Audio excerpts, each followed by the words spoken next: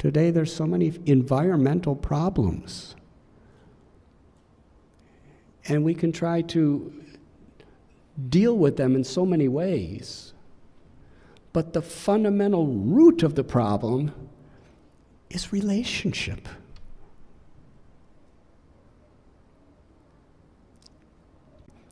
If you have boils on your body, you can deal with the symptom by putting salve, lubrication, or some sort of compress on it. But if the cause of it is a disease in the blood,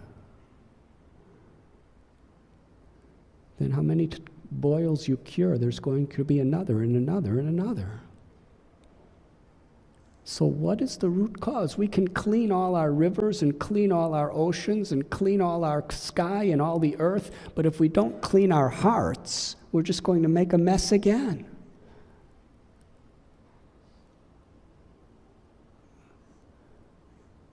Pollution in the ecology of the human heart is the root cause of our environmental crisis today.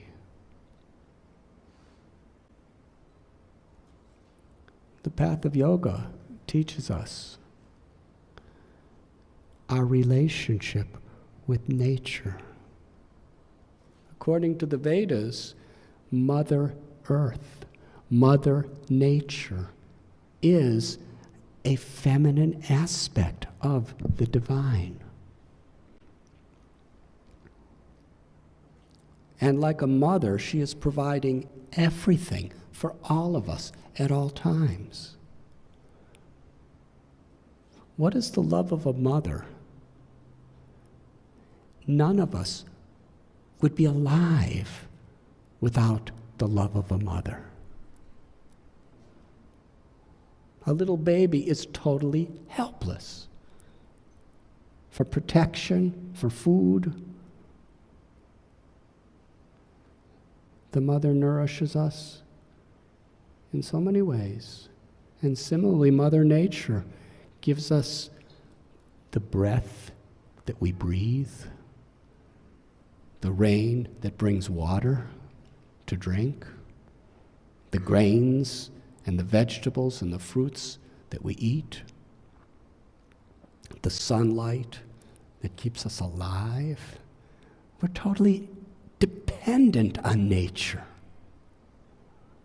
And interestingly, we are made, our bodies are made of the same substance as the world around us. It's a mixture of earth and water and fire and air. Yes? That's what our bodies are made out of. Can't we see the interconnection? From the perspective of yoga, ecological thinking and lifestyle is not a matter of just leaving the world a better place than we came. It's a matter of a sacred relationship with the divine, of honoring, respecting the gifts that we're giving and the person and the source from whom the gifts are coming from. There is that famous statement that is said to have been spoken by Chief Seattle when he saw people from Europe coming here and really just taking from the earth without proper consciousness of replenishing her.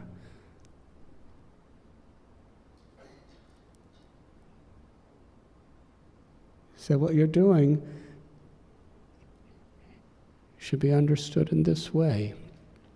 If you pollute and defile the bed that you sleep in, you are going to have to sleep in all that stuff.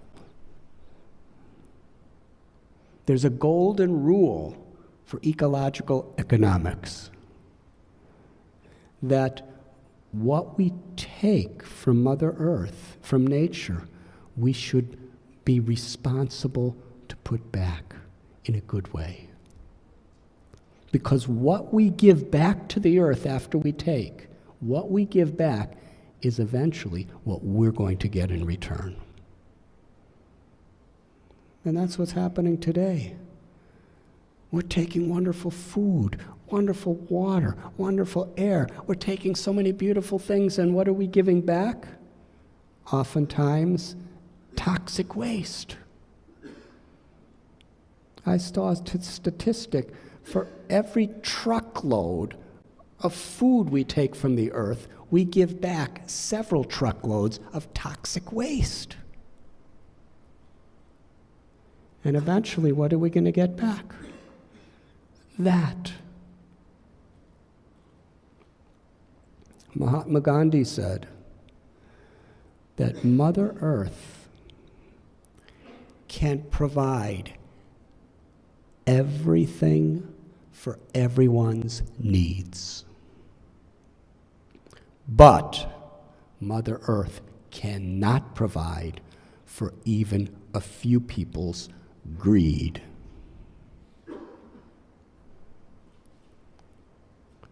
There's a famous saying, you can never get enough of what you don't really want.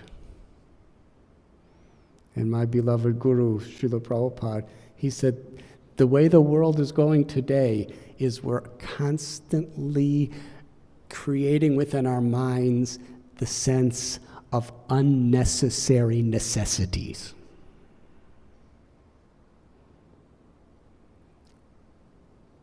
The problem is relationship. We have a relationship with nature. We have a relationship with every tree, with every plant. We have a relationship with the air, with the sea, with the water, with the rivers, with the earth. What is the relationship? We're completely dependent. And to reciprocate with honor and respect is a human virtue. And yoga teaches the next stage, relationships with each other. There's a beautiful verse in Bhagavad Gita. Vidyavanaya sampane brahmani kavihastini suni chaiva swapaki cha pandita samadarshana.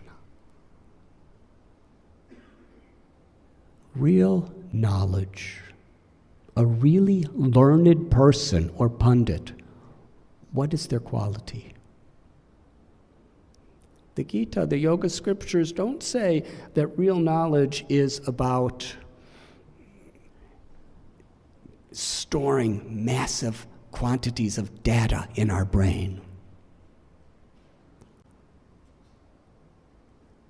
Real knowledge is developing real character, to live with integrity.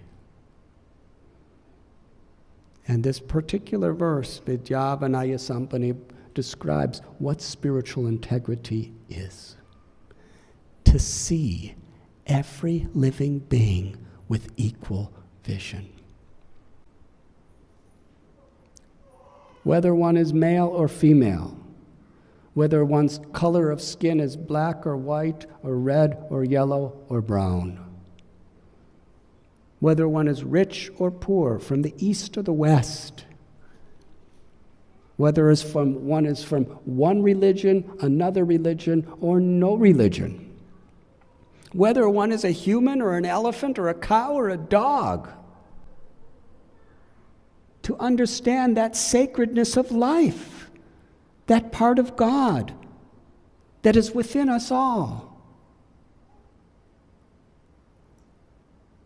When we realize, when we experience who we really are in our own relationship with the divine,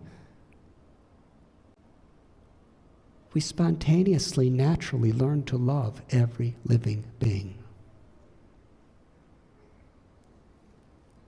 And this is the first commandment of the Bible, to love God with all your heart, mind, and soul, and love your neighbor as yourself.